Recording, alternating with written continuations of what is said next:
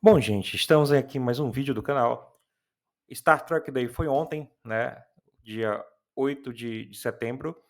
E por que foi ontem, né? Porque dia 8 de setembro de 1966 tivemos nosso primeiro episódio piloto de Jornada nas Estrelas, que começou a criar esse amplo universo que só expande, né? E aí vou falar um pouquinho da importância de Jornada nas Estrelas e quais são as contribuições da série para a ciência, para a sociedade e o que a gente pode extrair da série de bom para o nosso mundo atual, né? Para o nosso contexto atual e do que a gente pode aprender com a série, tá? A série começa nos anos 60, né? No final dos anos 60 para 70, foi a primeira série de ficção científica a ser amplamente disseminada, né? A de maior sucesso da época, né? Depois vem Guerra nas Estrelas com seus filmes, né? E ampliou o conceito de sci-fi, né? Com os efeitos especiais bem elaborados para a época, né? A gente, olhando hoje, a gente olha meio torto, né? Porque aqueles cenários de isopor, né? E os efeitos da época, com as limitações que se tinha, para a época foi muito bem feito, tá? Inclusive, aconselho assistir o primeiro filme de Jornada nas Estrelas, que tem uma história bem bacana, né? Tem a ver com a sonda Voyager, né? E tentem assistir, tá? E aí, de onde vem o conceito de Jornada nas Estrelas, né? Para entender Jornada nas Estrelas, a gente precisa entender bem a diferença de uma utopia para uma distopia. A gente tem basicamente filmes de dois tipos, né? A gente não pode dizer que só são esses dois tipos, que no final é uma escala de cinza, né? Não é black or white, mas é uma escala de cinza, onde na utopia eu tenho uma sociedade que conseguiu atingir seu ápice, né, de desenvolvimento e a humanidade consegue usufruir dos recursos dessa sociedade, existe menos desigualdade de renda, as pessoas conseguem viver bem e são felizes em geral. Já na distopia, geralmente ou tem um futuro catastrófico, né? A gente vê isso em filmes de zumbis, Walking Dead, ou no Cyberpunk, que eu tenho um futuro altamente tecnológico, mas uma sociedade autoritária, né? Você pode ver como séries como Cyberpunk, ou naquele caso de futuros distópicos com dominação de inteligência artificial, que a gente pode ver em Matrix ou Exterminador do Futuro, tá? Jornal da Estrela é o princípio de utopia, né? É uma das poucas séries que fazem isso. Por que tem poucas séries que fazem ou emulam ou apresentam utopias? Porque, basicamente, se não for bem feito, é chato. Por que é chato? Porque é um futuro sem problemas. Tá? E como é a riqueza das séries, a riqueza dos filmes, geralmente vem dos problemas humanos, né?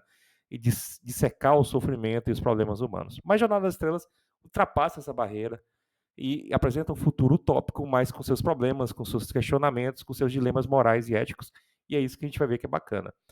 Então, Jornada Estrela é um futuro onde tudo deu certo, com seus problemas, com todos os seus suas limitações, né?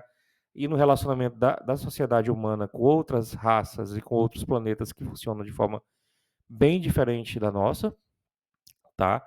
Então é apresentado isso, mas que pouca gente, que às vezes algumas pessoas não sabem, é que Jornada nas Estrelas é um futuro utópico que vem de um futuro distópico.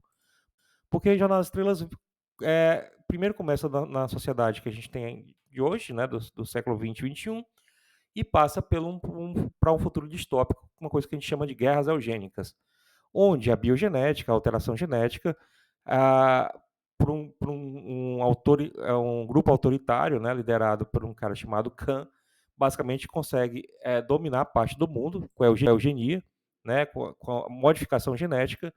Inclusive isso reflete nas séries, né, como a série nova de Strange New World, que é bem bacana, tá? E esse futuro basicamente leva ao ápice de um apocalipse nuclear, ou seja, da Terceira Guerra Mundial e do apocalipse nuclear, tá? Depois disso, a sociedade renasce, né, com uma nova forma diferente do tudo que a gente tem hoje. E isso é bacana em Jornada das Estrelas, porque renasce um modelo econômico, né, que basicamente é impensável nos dias de hoje, né? Certo? Existem teorias sobre o modelo econômico de Jornada das Estrelas, que é visto no cânone. Uma das teorias é que o modelo econômico, né, é um modelo econômico, né, de proto-post scarcity economy, ou seja, o que é isso? Basicamente um período onde eu não tenho mais escassez. Como o capitalismo se baseia na escassez dos recursos, é um período que o modelo capitalista não funciona mais.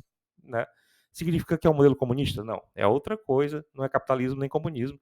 Antes de jogarem pedra, né, né, ou por ser capitalista comunismo, né, porque a gente tem esses grupos ideológicos hoje, é basicamente algo diferente, tá? É algo onde o conhecimento, né, e o enriquecimento humano é o principal objetivo da sociedade, tá? Ou seja, não tem mais escassez, a gente está num nível de automação tão grande que as pessoas não precisam mais trabalhar, o emprego não é mais obrigatório, e aí, nessa sociedade, o que vai fazer diferença na tua vida é o que te faz feliz, né? É o teu objetivo de vida, né?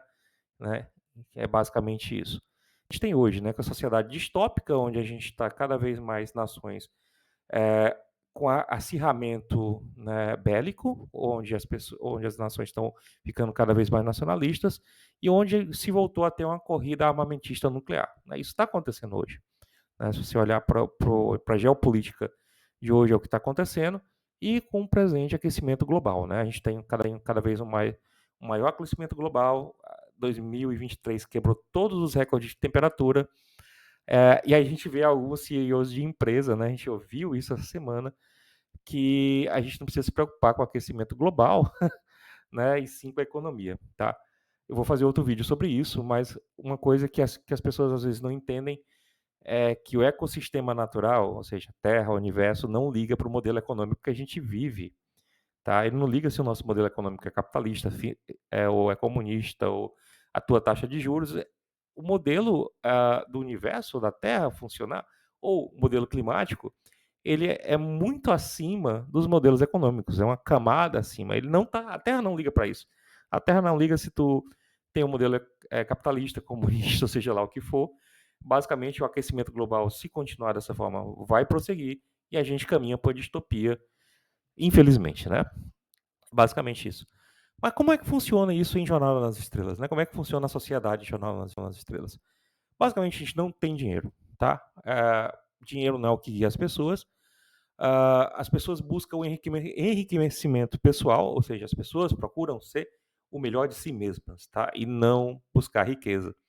Quem dera um dia a gente consiga chegar numa coisa desse, né? Você estudar, você ser melhor, você ter recursos para viver bem e não estar preocupado em acumular apenas dinheiro, né?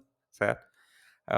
E aí deixa claro que Jornal das Estrelas não é uma sociedade comunista. As pessoas não são, ou seja, não têm o mesma. Eu posso dizer, as pessoas não são, de certa forma, estão na mesma classe, né? Isso não existe, é outra coisa. Tá? E aí eu não estou dizendo que eu prefiro capitalismo, comunismo, não estou falando nada disso. Eu estou falando que Jornada das Estrelas é diferente. Então, não é uma economia planejada, não é comunista, e basicamente um dos princípios básicos de Jornada das Estrelas é liberdade individual. Ou seja, você pode ser o que você quiser, tá? Você vai ser o melhor de você mesmo, né? Você escolhe a carreira que você quiser, independente do dinheiro ou do recurso financeiro que essa carreira te traz, né? É você seguir o seu dom, né? Independente de quanto dinheiro você vai ganhar com essa carreira. Isso é bacana em Jornada das Estrelas, né? Em Star Trek. É você poder seguir os seus sonhos, tá? Certo? Essa sociedade utópica que se construiu. Existe propriedade privada, né? A gente sabe disso, a gente vê capítulos lá com o Chateau do Picard, ou o restaurante da Cisco, isso acontece. A gente tem propriedade privada, então não é um modelo comunista, mas é um modelo que o conhecimento e o aperfeiçoamento pessoal que direcionam a sociedade, né?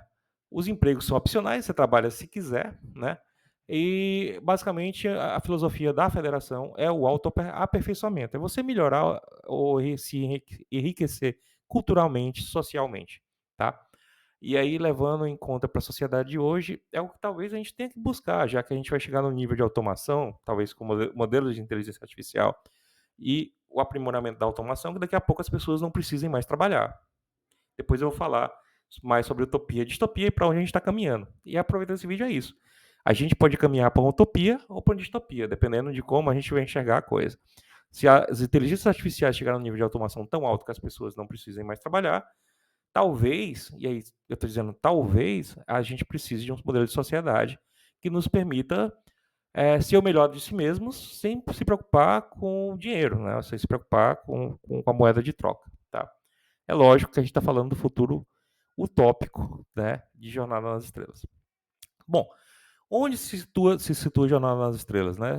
Jornada nas Estrelas se situa dentro da Via Láctea, onde eu tenho um espaço chamado Federação Unida de Planetas, né? Essa parte azulzinha que você vê no centro aí desse slide, que faz fronteira com o Império Romulano, o que são os Romulanos, né? Na verdade, existe uma raça chamada Vulcanos, que é uma raça que tem sua essência em cima da lógica, né? Ou seja, a busca pela visão lógica das coisas, tá? E existe uma descendência dessa raça vulcano, que são os Romulanos, que basicamente se desprenderam, se separaram dos vulcanos um tempo atrás, tá? O Império Romulano, ao contrário do Império Vulcano, ele não seguia pela lógica, mas seguia pelos aspectos ainda de dominação, né? E muito parecido com o que a gente tem hoje na Terra. Existe o Império Klingon, que é um império guerreiro, muito parecido com os espartanos, né? É um império que vive em cima de conquistas, guerras e honra, tá? Temos a União Cardassiana, né? Que domina também ainda, inclusive tem um holocausto, né? De povos feitos pelos cardassianos, tá? Certo? E desse bloco aí de fronteiras aí, além dos pequenos blocos de fronteira, tá?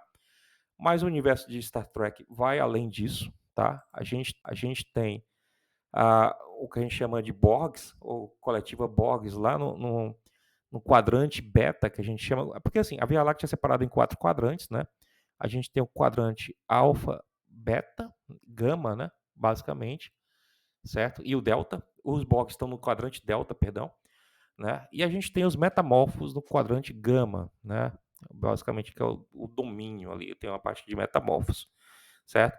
Ah, tem várias raças em Star Trek, né? A gente tem raças, né, bajorianos, betazoides que conseguem sentir emoções de forma mais.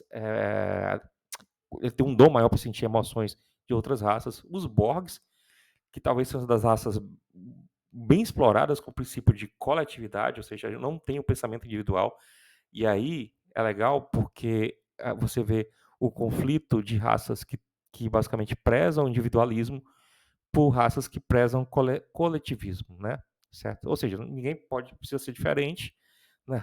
Todo mundo é igual. E aí os Borg são isso, é uma mistura de tecnologia, de uma raça cyberbiológica, né? É bem interessante porque aí é uma raça que mistura tecnologia com biologia, né? A evolução das duas, e com coletivismo, tá? Isso é explorado. E aí a gente pode até ir para o aspecto social, né? O quanto a gente precisa ser igual, né? Então os Borgs é o contraponto da individualidade, né? Eu vejo as duas coisas, né? A gente precisa ter uma sociedade que olha para o coletivo, mas também olha para o individual. As pessoas devem e podem ser o que elas quiserem ser.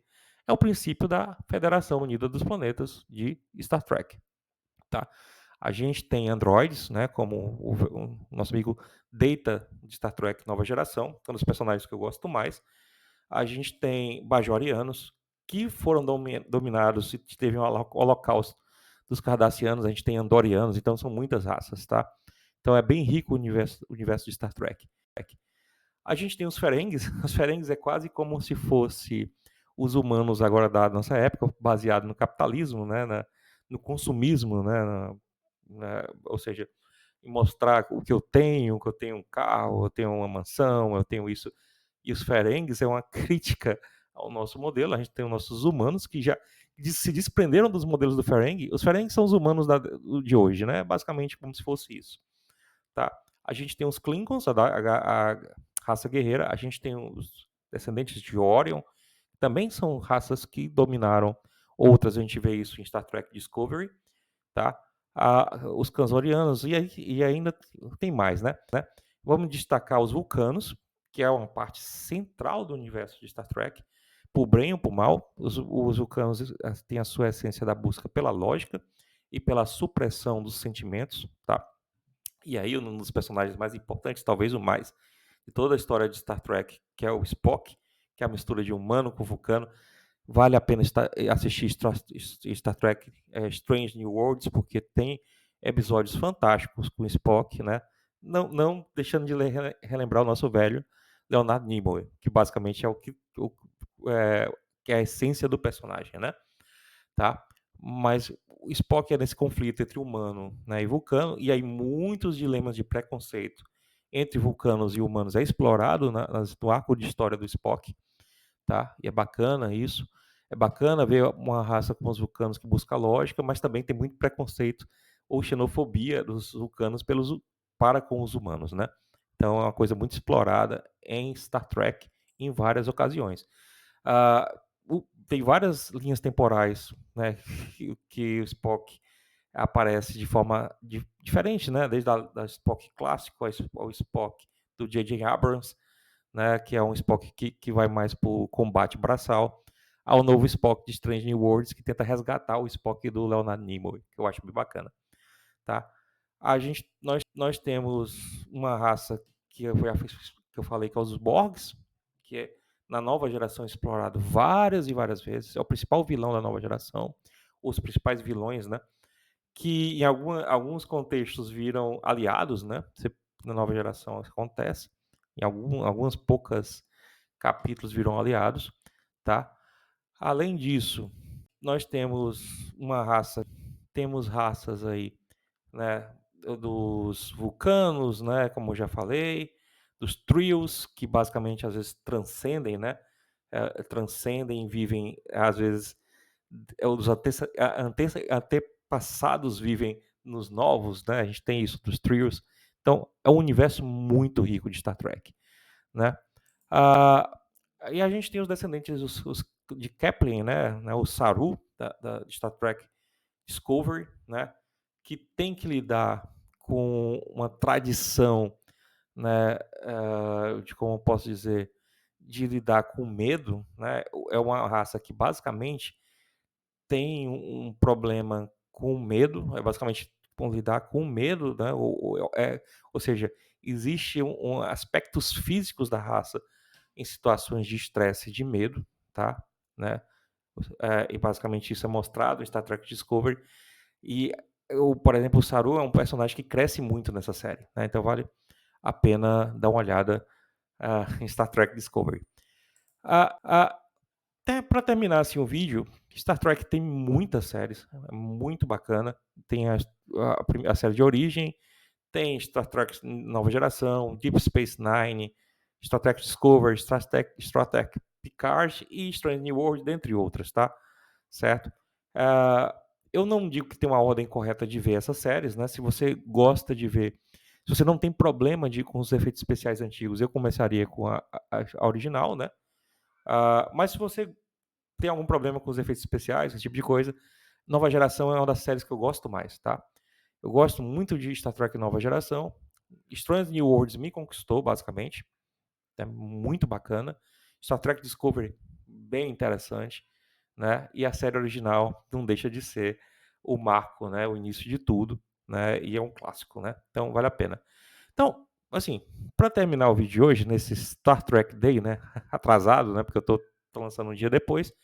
É, assim, Jornada das Estrelas é tudo que a gente, como humanidade, visa buscar, né? Uma sociedade justa, equalitária, que você não tem mais problemas de desigualdade de renda, que os problemas de saúde, apesar de existirem problemas de saúde, sim, a saúde evoluiu bastante, né? Quem não quer ter um tricorder, né? Onde nós, os seres humanos, convivemos com outras raças que pensam diferente e evoluímos diferentes, como os vulcanos, apresenta a busca pela lógica, né? Que é uma coisa que é interessante, principalmente quem é pesquisador, né? E a busca pela lógica é uma coisa bacana. E o que eu espero é que um dia a nossa sociedade consiga chegar aos pés, né, da utopia de Jornada nas Estrelas, onde a gente não precise mais estar se digladiando aqui em ver pessoas passando fome, em ver pessoas em uma sociedade que nem sempre o conhecimento é o mais importante. Inclusive, eu vou fazer um vídeo depois sobre isso, né?